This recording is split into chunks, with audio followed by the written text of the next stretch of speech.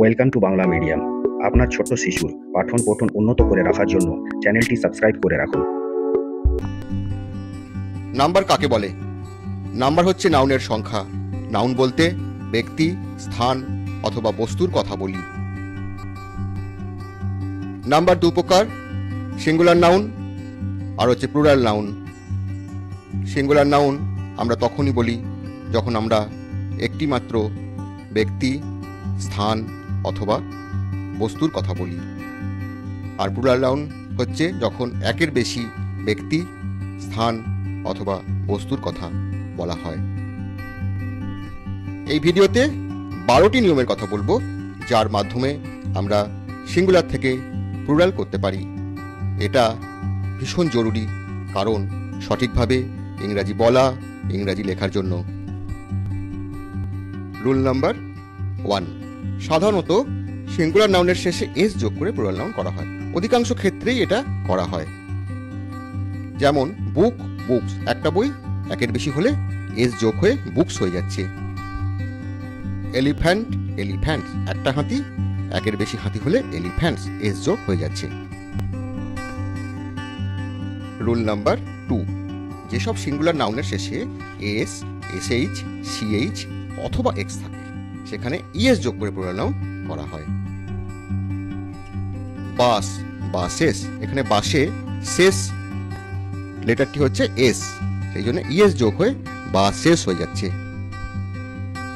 ঠিক তেমনি brush, brushes, একটা ব্রাশ, একের বেশি ব্রাশ, এখানে শেষে আমরা দেখতে পাচ্ছি এসএইচ আছে, ওই জন্য ইএস যোগ হচ্ছে।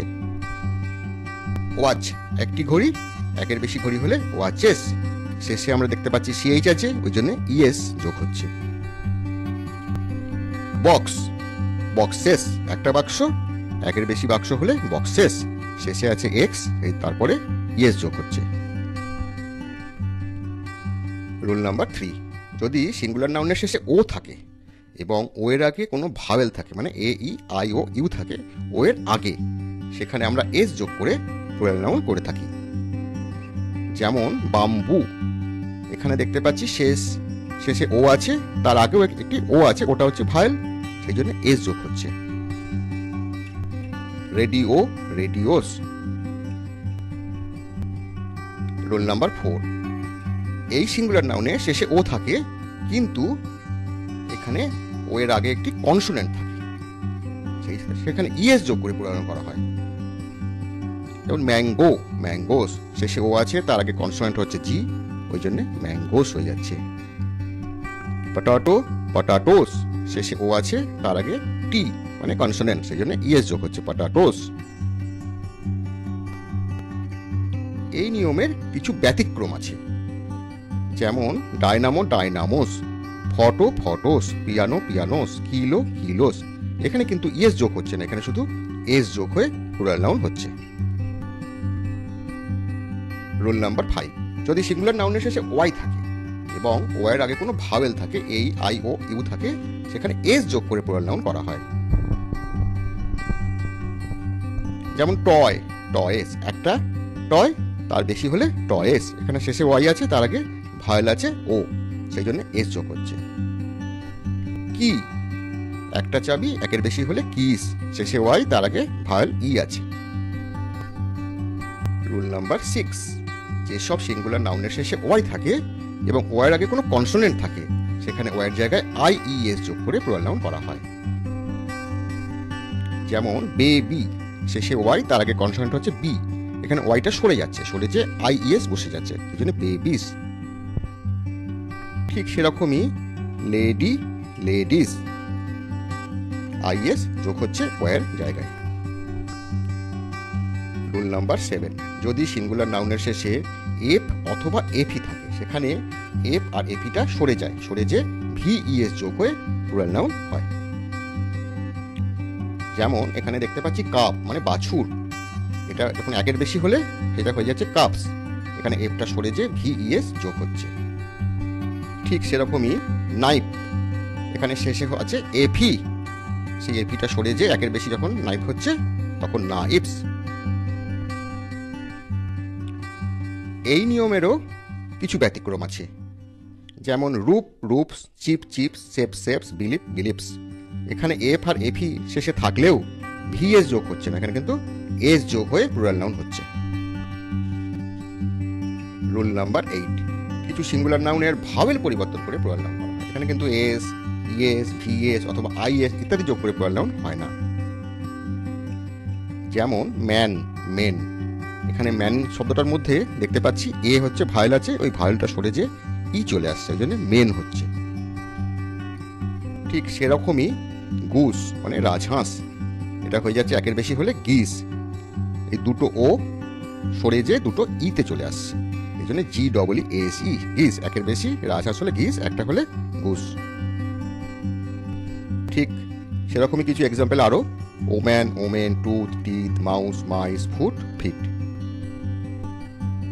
রুল নাম্বার 9, কিছু সিঙ্গুলার নাউনে কেবলমাত্র ইএন যোগ করে প্লুরাল নাউন করা হয়। যেমন অক্স, একটা ষাঁড়, একের বেশি হলে অক্সেন। ঠিক সেরকমই চাইল্ড, চিলড্রেন, শিশু একজন, একের বেশি হলে চিলড্রেন। রুল নাম্বার 10, কিছু নাউনের কোনো প্লুরাল ফর্ম হয় না, শুধুমাত্র সিঙ্গুলার ফর্ম হয়। একটা হলে সিঙ্গুলার ফর্ম তো হবেই, কিন্তু একের বেশি হলেও সেই সিঙ্গুলার ফর্মই ইউজ হয়।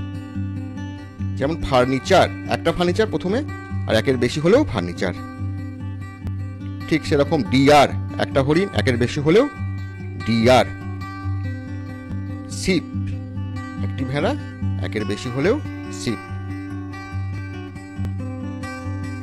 আরো কিছু এক্সাম্পল বলি, মেশিনারি মানে যন্ত্রপাতি, সিনারি দৃশ্য, ইনফরমেশন কোনো খবর। এইসব ক্ষেত্রে যখন প্লুরাল হবে তখনও কিন্তু মেশিনারি বসবে, সিনারি হবে, আর ইনফরমেশনই হবে। ইনফরমেশনস, সিনারিজ বা মেশিনারিজ এগুলো কিন্তু কখনোই হয় না। রুল নাম্বার 11, আবার কিছু নাউন আছে তার কোনো সিঙ্গুলার ফর্মই হয় না, একটা হলেও প্লুরাল ফর্ম আর একের বেশি হলেও প্লুরাল ফর্ম। যেমন জিন্স, এখানে দেখতে পাচ্ছি একটি জিন্স আর একের বেশি হলেও জিন্স। ঠিক সেরকমই সিজার্স, একটা হলেও সিজার্স, একের বেশি হলেও সিজার্স। রুল নাম্বার 12, কিছু কম্পাউন্ড নাউন আছে। কম্পাউন্ড নাউন কাকে বলে? নাউনের সঙ্গে আরো কিছু ওয়ার্ড জুড়ে যে শব্দ হয় তাকে বলে কম্পাউন্ড নাউন। তার প্রধান শব্দটির শেষে এস বসিয়ে প্লুরাল নাউন করা হয়। যেমন ফাদার ইন ল, এটা কিন্তু সিঙ্গুলার নাউন, এটা যখন প্লুরাল হচ্ছে তখন প্রধান শব্দ হচ্ছে ফাদার, তার সঙ্গে এস যোগ হচ্ছে, সেই জন্য fathers in law. Sister in law যখন সিঙ্গুলার, প্লুরালে হচ্ছে সিস্টার। পাশার বাই, পথিক, পাশার্স বাই, একের বেশি হলে পাশার্স বাই। কমান্ডার ইন চিফ, প্লুরালে হচ্ছে কমান্ডার্স ইন চিফ। এছাড়াও আমরা মাদার ইন ল যখন প্লুরাল হয় mothers in law, brother in law প্লুরালে ব্রাদার্স ইন ল। তাহলে এই ভিডিওতে আমরা যে 12টি নিয়মের কথা শিখলাম, এই 12টি নিয়ম যদি আমরা ঠিকঠাক প্র্যাকটিস করি এবং প্রয়োগ করি তাহলে আমরা অনেক ভালো ইংরাজি বলতে এবং লিখতে পারবো। Thank you for watching.